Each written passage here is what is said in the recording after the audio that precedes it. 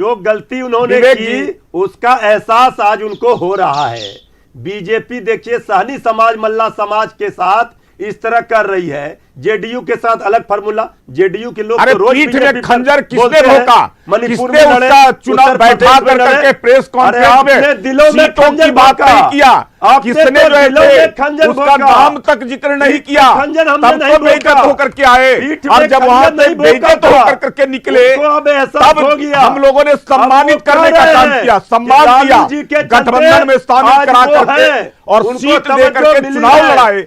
हारने के बाद भी हम लोगों ने मंत्री बनाया और आप चुनाव से पहले ही बेइज्जत करके निकाल दिए, बाहर कर दिए। जिस आदमी का कोई जिक्र नहीं कर रहे हैं तो क्या सम्मान कर रहे हैं, ये तो पता चल गया, ये तो पता चल गया।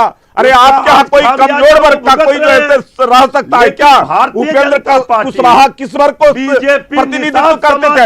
इनको बेइज्जत किए।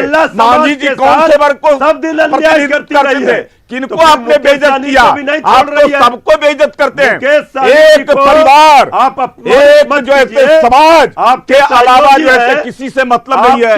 एक परिवार को लेकर करके और व्यक्तिवादी पार्टी जो है व्यक्ति को स्थापित करने के लिए केवल रहते हैं। इसके अलावा जो है अपनी संपत्ति बनाओ और बाकी से मतलब नहीं है, न राज्य से मतलब है, न राज्य की जनता से मतलब है, न बाकी किसी से मतलब है। जो सत्ता है उस पर प्रेमरंजन पटेल जी, क्या पता जवाब देते देते मुकेश सहनी आपके लिए भी ये कह दे प्रेमरंजन पटेल जी कि बीजेपी ने खंजर भोंका है, क्योंकि इतने खंजर कहां लेकर जाएंगे? सबसे ज्यादा उन्हीं के साथ अन्याय करते हैं, निषाद समाज को जलील कर रहे हैं, अपमानित कर रहे हैं। हमें इसकी दर्द है। कहां अपमानित? मंत्री बने तो मंत्री बना के कोई अपमानित करता है क्या? भाई मंत्री बना भी दीजिए और इसके बाद उनके साथ क्या बर्ताव कर रहे हैं? क्या बर्ताव हुआ? बताइए बताइए। खंजर क्या बर्ताव? किसने खंजर डाला था?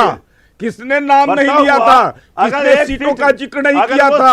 ये जरा बता दीजिए। तो अगर आप दे क्यों अपमानित होकर के निकले थे? उन्होंने कहा कि मेरे पीठ में खंजर भोगा क्या? कौन भोगा था? आज गवर्नर हम लोगों ने तो सम्मान किया, हम लोगों ने तो सम्मान किया, हम लोगों ने तो अपने गठबंधन में शामिल किया, सीट दिए, चुनाव लड़ने के लिए, चुनाव हार गए, मंत्री बनाए, एमएलसी बनाए। इससे बड़ा सम्मान और क्या सम्मान हो सकता है? इसको आपको सम्मान नजर नहीं आता है, इसको आपको सम्मान नहीं नजर आता है, न उनको नजर आता है। तो ये तो जो है मंत्री बनाकर अपमानित करेंगे, वो बेचारे ये आपको पता चल जाएगा, ये आपको पता चल जाएगा। डॉक्टर संजय कुमार हमारे साथ जुड़े हुए एक मिनट के लिए। मृत्युंजय तिवारी जी, प्रेमरंजन पटेल जी, डॉक्टर संजय कुमार हमें जरा बताइए, आरजेडी का यह कहना है कि वहां अपमानित हो रहे हैं। अभी तक अपमान वाली बात या फिर खंजर वाली बात एनडीए के लिए मुकेश सहनी ने नहीं की है। किनके लिए की थी वो सभी जानते। उस प्रेस कॉन्फ्रेंस की एक क्लिप हमने चलाई। अब एक बार फिर उसको खंजर का एहसास हो रहा है, हालांकि बयानों में नहीं आया है, हो सकता आ जाए, इसकी कोई गारंटी नहीं है।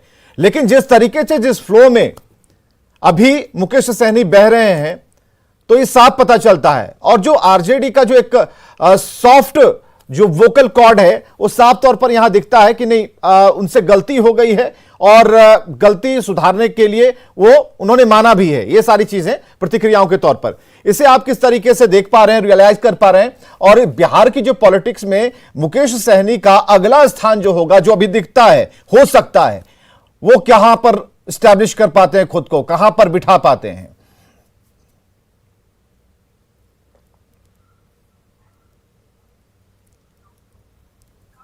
डॉक्टर संजय कुमार।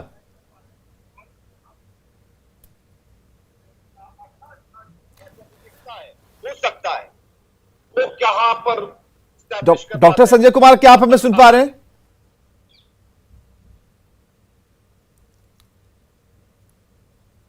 डॉक्टर संजय कुमार तक हमारी आवाज नहीं जा रही है, तकनीकी खामियां हैं जिस वजह से। हाँ डॉक्टर संजय कुमार, यह सवाल हमारा था कि क्या अब जो पॉलिटिक्स है, खासकर विकासशील इंसान पार्टी के संस्थापक मुकेश सहनी की, क्या उसी दरवाजे पर फिर से वो जाने वाले हैं, या फिर उनके सामने कुछ और कैरेक्टर? क्योंकि अभी तक वो झारखंड में ये बोलकर आए हैं कि 2 बार नहीं बल्कि महीने में हम 4 बार भी आएंगे। तो वहां की पॉलिटिक्स में, वहां के अंकों में खुद का भविष्य तलाश रहे हैं वो। खासकर विकासशील इंसान पार्टी के संस्थापक मुकेश सहनी की, क्या उसी दरवाजे पर फिर से वो जाने वाले हैं, या फिर उनके सामने कुछ और कैरेक्टर है? क्योंकि अभी तक वो झारखंड में ये बोलकर आए हैं कि 2 बार नहीं बल्कि महीने में हम 4 बार भी आएंगे। तो वहां की पॉलिटिक्स में, वहां के अंकों में खुद का भविष्य तलाश रहे हैं। नहीं, वो तो भविष्य उत्तर प्रदेश में भी तलाशने गए थे, झारखंड में भी जाएंगे और जगह भी अपना भविष्य तलाशेंगे। लेकिन रह गई बात की जिस तरह की उनकी आदत है तय करने की कि भाई आप हमारे हिस्से में कौन कौन सी चीजें देंगे, अपना वोट बैंक वो पूरा गिनाते हैं कि हमारे पास उत्तर प्रदेश में इतना वोट है, झारखंड में इतना वोट है, बिहार में इतना वोट है। अब कौन सा गठबंधन, कौन सी पार्टियां इनके वोट से सहमत होगी, ये इस पर निर्भर करता है। मान लिया जाए कि अगर ये गिनाते हैं और उनको लगेगा कि नहीं हमारे पास नेचुरल तरीके से ये वोट हमें मिल रहा है, तो फिर आखिर इनके साथ क्यों सौदेबाजी करेंगी वो पार्टियां। तो ये डिपेंड करता है इन पर।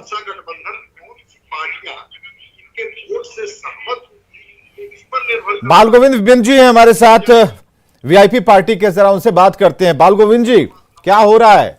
क्या फिर पुराने घर की तलाश हो रही है? क्योंकि अभी तो जो गर्मा गर्मी चल रही है और जो एनडीए के नेता है, बीजेपी के नेता हैं, उनकी तरफ से कुछ खास मिजाज मुकेश सहनी के लिए नहीं दिख रहा है। वो कह रहे हैं कि बस इन्हें अब यहां से द एंड किया जाए।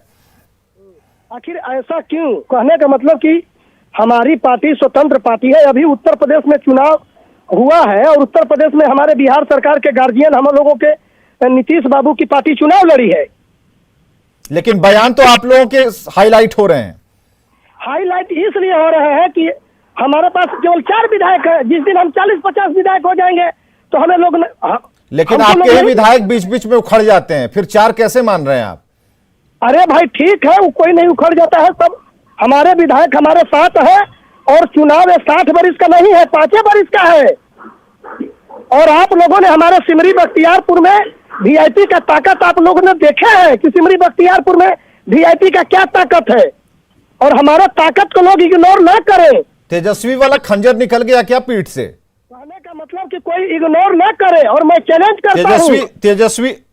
तेजस्वी की सभा से जो कहे थे कि हमें खंजर हमारे पीठ में लगा, क्या वो निकल गया? नहीं, वो बात की बात देखिए, राजनीति में समय समय पर बात होता है। राजनीति में कभी क्या कोई बोलता है, क्या नहीं बोलता है, समय के साथ परिवर्तन होता है। अब वो बात बीत गई, अब नई बात पर विचार तो किया जाए। मान के चले कि एक नया अध्याय आरजेडी के साथ जल्द शुरू होने वाला है। कोई जरूरी नहीं है हमें लोग कोई तबार। अभी हम बिहार में हमारा गठबंधन विधानसभा एनडीए में है और एनडीए में था, और आगे चलकर यदि हमारे साथ रिश्ता लोग कायम रखेंगे तो रहेगा। हमारे तरफ से तो कोई टिप्पा टिप्पणी नहीं है। चलिए, बहुत बहुत शुक्रिया हमसे बातचीत करने के लिए। इस पैनल का भी बहुत बहुत शुक्रिया। जो है वीआईपी की तरफ से कोई अभी प्रवक्ता नहीं आए थे, लेकिन फोन के जरिए उन्होंने कहा कि था, है, रहेगा वाली बात पर वो अभी चुप हैं, क्योंकि वो उन्होंने कहा है कि अगर रिश्ता अगर चलाना चाहेगा तो फिर हम चलाने के लिए तैयार हैं, लेकिन उस रिश्ते में क्या बुनियादी चीजें हैं, क्या डिमांड है, वो भी देखना होगा।